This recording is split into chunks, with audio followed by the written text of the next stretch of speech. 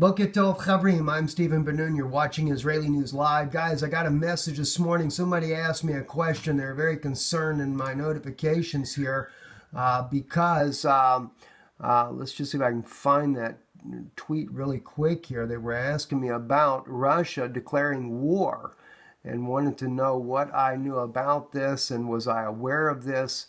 I don't see it right offhand here. I apologize for that. But anyway, so I did a little bit of looking here real quick just to see. And of course, they were sharing with me that Alex Jones says NATO declares war on Russia. Now, that's what Alex is saying right here in this video here.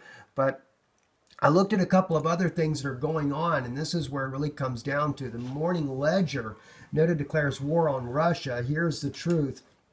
They're going into this as the way that NATO is actually carrying out their operation against Russia there. They have, the 4,000 ground troops are involved in Lithuania right now.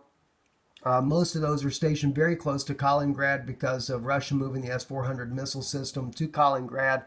It's been tit for tat, but you got to remember, everybody wants to say, as far as in Western media, that Russia started all this. But that's not the truth, guys. The truth is, it was the CIA that first toppled, that caused the coup over in Ukraine that was the ousting of President Yanukovych. And President Yanukovych, to me, is still the president of Ukraine, regardless of the coup that was orchestrated by the CIA and their thugs that came in there and ousted him. He still remains the president. Poroshenko is the CIA operative that's the thug that's working inside of there.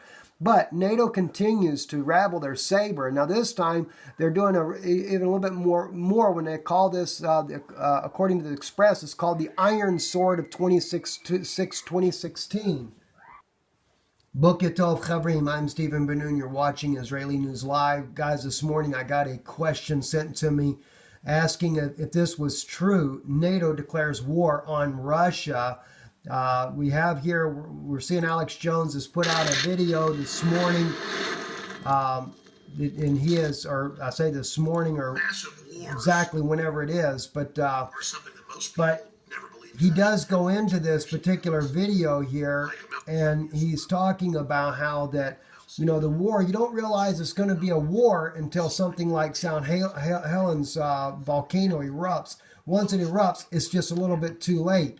Now, in hindsight of what Alex is saying in here, you have to take a look at like articles of the Morning Ledger, and where the Morning Ledger is actually writing an article called NATO declares war on Russia a day later. Here's the truth. And they go into the movement of troops, as they're calling it, their drills. They're not actually, meant to be a threat to Russia.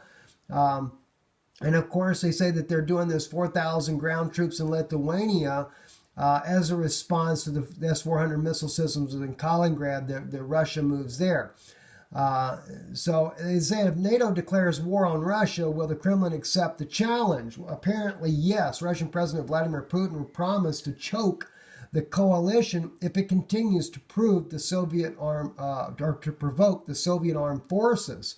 So, it's getting very serious, friends. I mean, and Putin, just like the other day when Erdogan threatens President Assad while he's over there, Putin reminded him real quick in a phone call of just how serious his accusations were.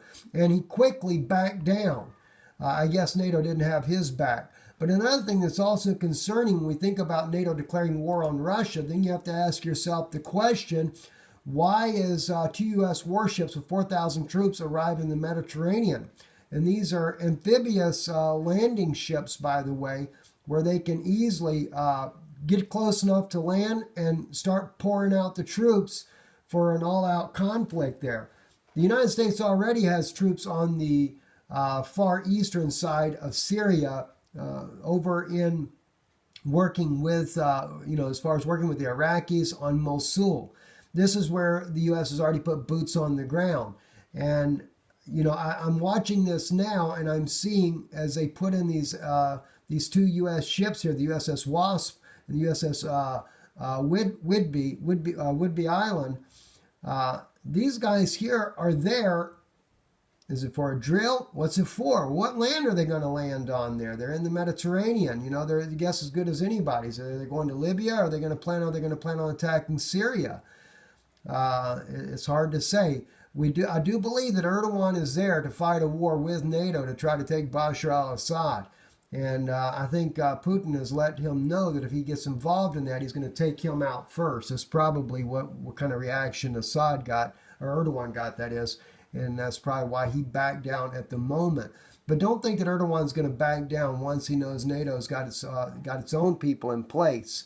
And of course, one of Russia's own ships pulled out of this particular convoy, as it were. So, you know, there's a very serious situation going on right now in the world, and a lot of people are not looking at the seriousness of this. And so, yes, I can't say that NATO has declared war on Russia, but maybe inadvertently they have. And in reality, that could escalate very quickly. And Russia's already stated here, according to what we're seeing here, where President Vladimir Putin promised to choke the coalition if it continues to provoke the Soviet armed forces. So, you know, it's coming down, guys. The Express said it calls it the Iron Sword. You know, when it says it's the Iron Sword, then you know that it's the Roman soldiers, and that's exactly what they're about getting ready to do, is to try to take on this Russian bear, and they may end up getting more than they can handle in doing so. Not saying that NATO is not a force to be reckoned with, but Russia's not going to just sit there and play combat bang, bang, bang with some little tiny arms. They're going to start probably slinging some nukes around. Hate to see anything like that happen. Anyway, God bless you guys. Thank you for watching. I'm Steve Benoon with Israeli News Live, and Shalom.